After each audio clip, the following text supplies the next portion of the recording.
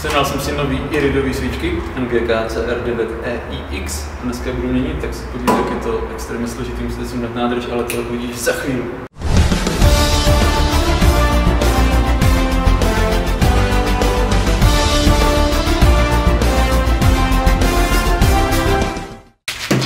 Sundáme si nádrž. Nejhorší práce je to tady u té motorky, prostě u všeho si musí sundávat nádrž, nechápu, jak to takhle vymysleli. Takže si odevřeme nejdřív do sedla. Očaroubujeme ten šroub, co tady je jedinej a uděláme celý pryč. 12 golou povolím ten jediný šroub.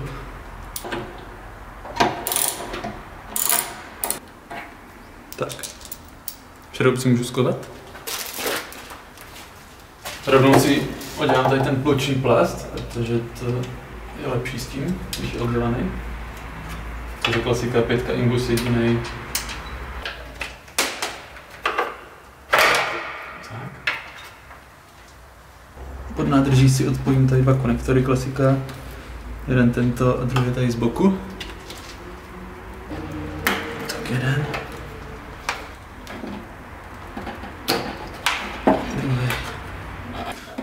Když zvedneme nádrž, tak je tam palivová hadice, kterou musíme odpojit a vyteče z toho trošku benzín, takže si připravte hadru a rovnou tam šoupněte si.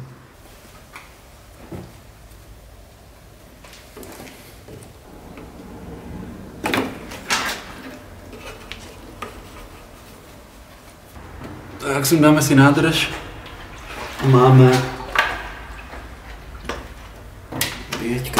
tak. A máme půlku práce hotové. Teď si povolíme tady na boku jeden šroub.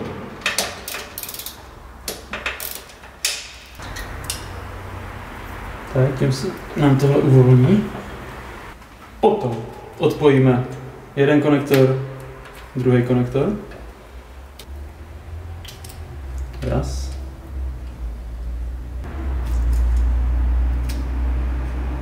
Dva. Tohle se nám pěkně uvolní a bude se tam dát potom dostat. Tak a můžeme se vrhnout na odpojování tady těch cívek. První se odpojím tady jeden konektor, tady potom máme vzadu za tady tímto ještě další, ten stejný. Druhý konektor. Vytáhneme cívku, opatrně, aby se nezničila. Vytáhneme tu zadní cívku u druhé svíčky.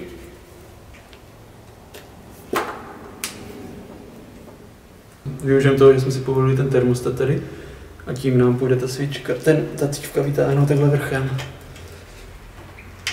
Je tam teda dost málo místa, takže je to trošku umění. Tak. Pokračujeme na druhé straně úplně to stejné, takže vypojíme první cívku. První. Můžeme rovnou vytáhnout tu cívku. A úplně stejně tu druhou. Nejdřív konektor. Tady si vypojím ještě tento z toho, ať mi to tady nezavazí. Tak. Mám tady celou tu napájecí kabeláž. Takže tohle celý odpojíme. Můžeme to skovat pryč. A vytáhneme tu cívku, která je ta prostřední.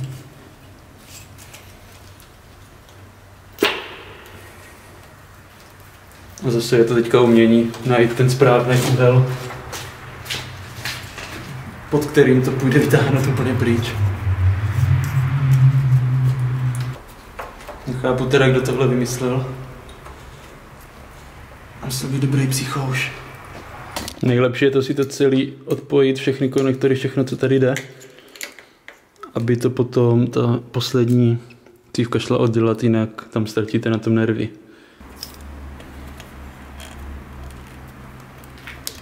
No a je to.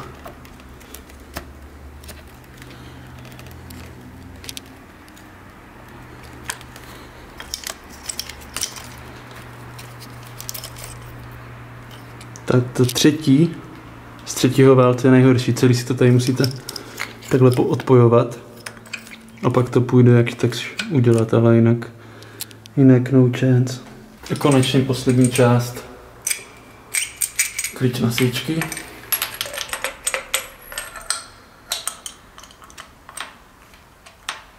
A 14 gola. Povolíme.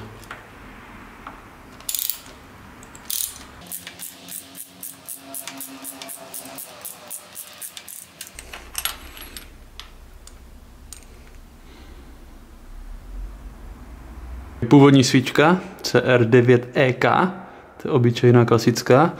A hned, teďka aby mě tam nepadl žádný bordel do toho, do válce, tak hned tam to vyměním za tu CR9EIX, tu iridiovou.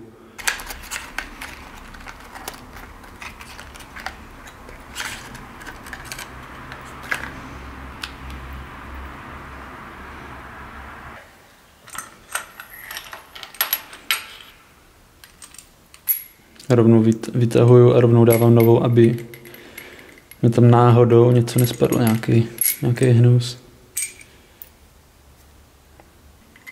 A máme tady problém. Nejdřív musím odčerbovat tady ten kryt toho terminálu, teda konektoru. Tak tohle můžeme vyhodit. A teďka to tam teprve půjde dát.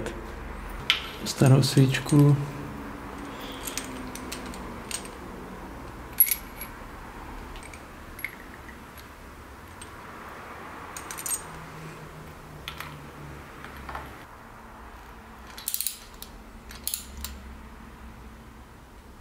Musím to přetáhnout, jinak praskne celý to uvnitř a už to nikdy nespravíte a budete to moc rovnou vyhodit, takže jenom tak akorát prostě, nebo si to udělejte momentovým klíčem klidně.